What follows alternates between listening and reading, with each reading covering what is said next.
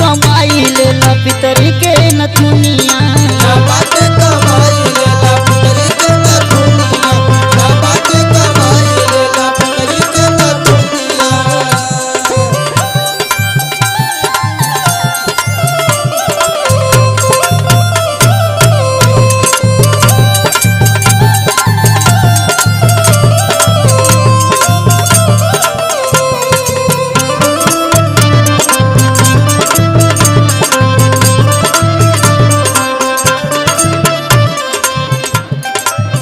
जाना तारा काओ हम कैसे रहा था नहीं तो के ये ना पता बस खाली अपने काम में अजुराए रहा था। अजुराम ना तो का खाबी रे पगली। सुना सुना सुना कनवा में बाली नहीं पाऊँ में पाई